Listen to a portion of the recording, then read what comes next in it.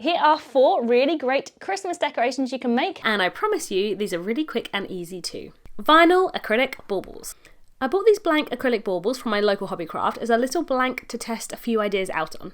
They look great but didn't have any protective layers on, so they were already a little scratched, but that's okay. I had 2 ideas in mind. One was a vinyl bauble and the other etched. Let's talk vinyl first. I started by measuring my circular bauble and adding a circle from the Shapes tab in Design Space onto my canvas and changed the size to 10 cm across as per the actual bauble. I decided I wanted a brushstroke design for the back of the bauble and so set out looking for a brushstroke in the Images tab in Design Space. I couldn't find exactly what I was looking for but found something close enough and added it to my canvas. I quickly realised this brushstroke would be too small and wouldn't look great, and so duplicated the image and placed one slightly higher on top of the other. I thought this looked really great and highlighted both images and welded the design. I then placed the new bigger brushstroke on top of the circle and resized the brushstroke, making sure the edges did not go past the circle. I wasn't completely happy with the design, but still happy enough to go on. I then added a text box and simply wrote Merry Christmas. I wanted this to go on the front of the bauble. I spent a little bit of time choosing my font and went for Baylek. I then positioned this onto the bauble and resized it. I changed the brushstroke to red as I thought this would be the background colour of the vinyl that I would be using. I added another text box with Ho Ho Ho in the same font and design as Merry Christmas. I lined up the text as I wanted it. I hid the circle and highlighted the text and clicked attach, and sent both the brushstroke and the text to be cut. I was using Silver Permanent Smart Vinyl for the brushstroke and so didn't need to use a matte. I loaded this into the Cricut and cut.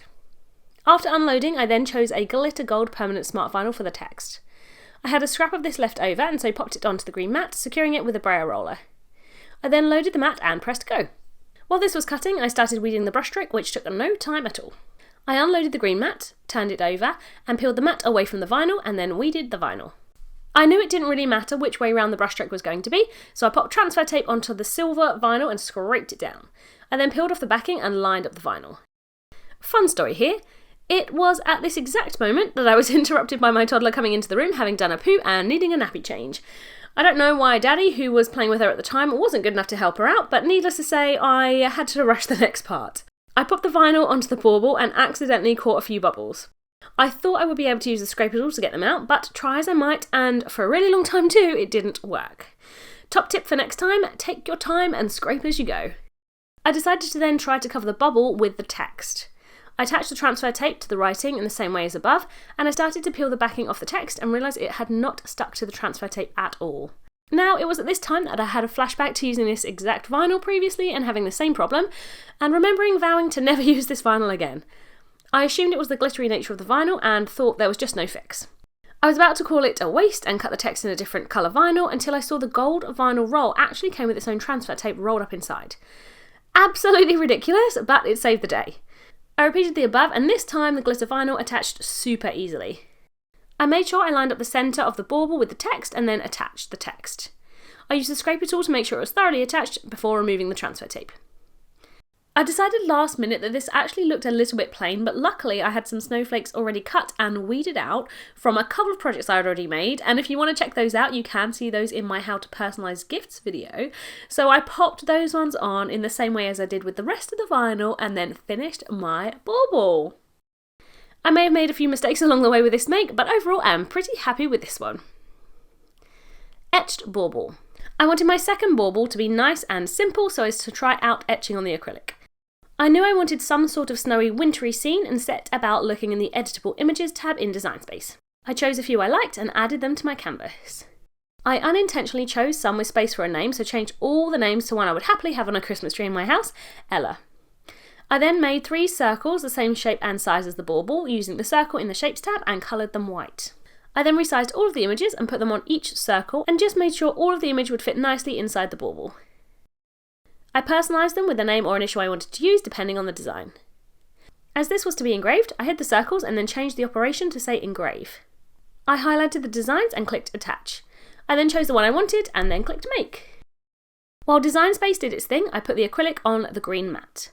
I decided to put the bauble in the centre of the mat as I thought this would be easier to line up with the image in Design Space. I then added masking tape as close to the edges of the bauble as possible so the acrylic wouldn't slip, and just covered up the tag as well. Back in Design Space, I was prompted to change the fine point blade to the engraving toy in Clamp B, which I did. I then moved the image around to line up with where I had attached the bauble on the mat. It took a while, but this was the most important stage to take a moment on. I then changed the material to 2mm acrylic. I then moved the star wheels across to the side so they didn't get stuck in the way of the acrylic. I then pressed go. I thought this would be a really long process, but it perhaps took less than a minute. I brushed off the excess bits of what I want to say is acrylic dust, and then took off the masking tape to appreciate my make. I'm actually really happy with how this turned out. Perhaps in the future I'll try and add a circle of vinyl on the opposite side of the bauble, but so far no need as I love this. All I then needed was to hang it on the tree. Snowman door frame decoration. This was my most enjoyable make. I had some natural wood veneer left over from a different project and thought this would be perfect for a Christmas make. I assumed that the door frame I chose would have a 90-degree angle and so chose a rectangle in design space. I changed the shape to make it long and thin, knowing it didn't matter too much the actual size. I then duplicated this and rotated the second rectangle to hit at 90 degrees. I overlapped them, highlighted them both and then welded them together. I set about looking for a snowman and snowflake in the Images tab. I knew I needed something relatively simple that would be recognisable when welded and would not fall apart when cut. I added a snowman to my canvas and changed the size and colour, and then overlapped this on top of the upside down L shape that I had already made for my snow scene base. I then highlighted it all and clicked weld. I then looked for snowflakes with the same brief as the snowman. I found a design I liked and briefly edited it to look exactly how I wanted it. I duplicated the snowflakes. I played around with positioning and then added more snowmen of different sizes and welded each snowman to the design. I then added in snowflakes of different sizes and welded. It's really important with this make to check that all of the lines overlap. For example, the bottom of each snowflake has to go past the line of the rectangle to make sure the wood will stay in one piece when cut. When everything was lined up and welded, I clicked Make. A little thought here.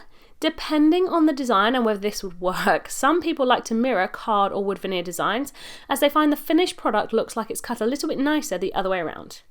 As this design could actually be used either way around, for me it didn't matter, but just something for you to have a think about. I moved the design on the mat to ensure as little wastage as possible and off it went to be cut. I loaded the natural wood veneer onto the purple strong grip mat. I popped masking tape on the sides and made sure the grain in the veneer was running the length of the mat. I'm not too sure why, but that's what Cricut said to do. I then loaded the mat and pressed go. This one takes around 4 passes, so it took a little while. I did keep an eye on it and realised that the masking tape was too close to the design, so I quickly sorted that out. Not ideal, so please don't make my mistake. When the Cricut had finished, I brushed off any bits of wood veneer dust and flipped the mat and peeled it away. I had to do this really slowly as the veneer is really thin and the mat is really grippy. Something I have noticed is that the blade does actually cut into the purple mat every time I cut veneer. I could make less passes, I guess, but I do think I need all 4. Anyway, that's just something to point out. The last thing I did was to pop foam stickers on the back of the veneer so that it would come away from the wall slightly. I didn't use the sticky parts on the wall though. All that was left to do was put it in place and admire. Window stickers! The window stickers are a really quick, easy make that you can really design to your own tastes. I started using a text box to write Merry Christmas and chose a font I already liked called BFC Ballgame. I resized the words, but as the window is quite big, I didn't pay too much attention to being really specific with sizing. I had a rough idea in mind of what I wanted and searched in the Editable Images tab for a Christmas tree. I chose a few and added them to my canvas. I quickly settled on one and deleted the parts I didn't want to use. I then wanted some snowflakes and repeated the above process until I had the images I wanted to use. I then played around with the layout of the individual parts of the design, making sure they all looked to be the right size when next to each other. I welded Merry Christmas so that each word cut as one piece and changed this to red just to see how it looked. I then attached the snowflake section and then separately I attached each Christmas tree to itself. I used Smart Removable Vinyl in white for the trees and snowflakes and Smart Removable Vinyl in red for the text saying Merry Christmas. I changed the material in Design Space and mirrored a Merry Christmas and then cut everything white and then separately everything red. I started to weed the white vinyl while the red vinyl cut. I then popped transfer tape on all of the pieces and used the scraper tool to attach it thoroughly. I then took all of this to my window. I'm just going to pause for a moment here to tell you how much I despise removable vinyl. I find it fickle and hard to work with. Anyway, here's back to a few short clips of me removing the backing and trying to attach this to the window. Merry Christmas was relatively quick and easy to put on the window. I wanted it to be readable from the outside, which is why I mirrored it.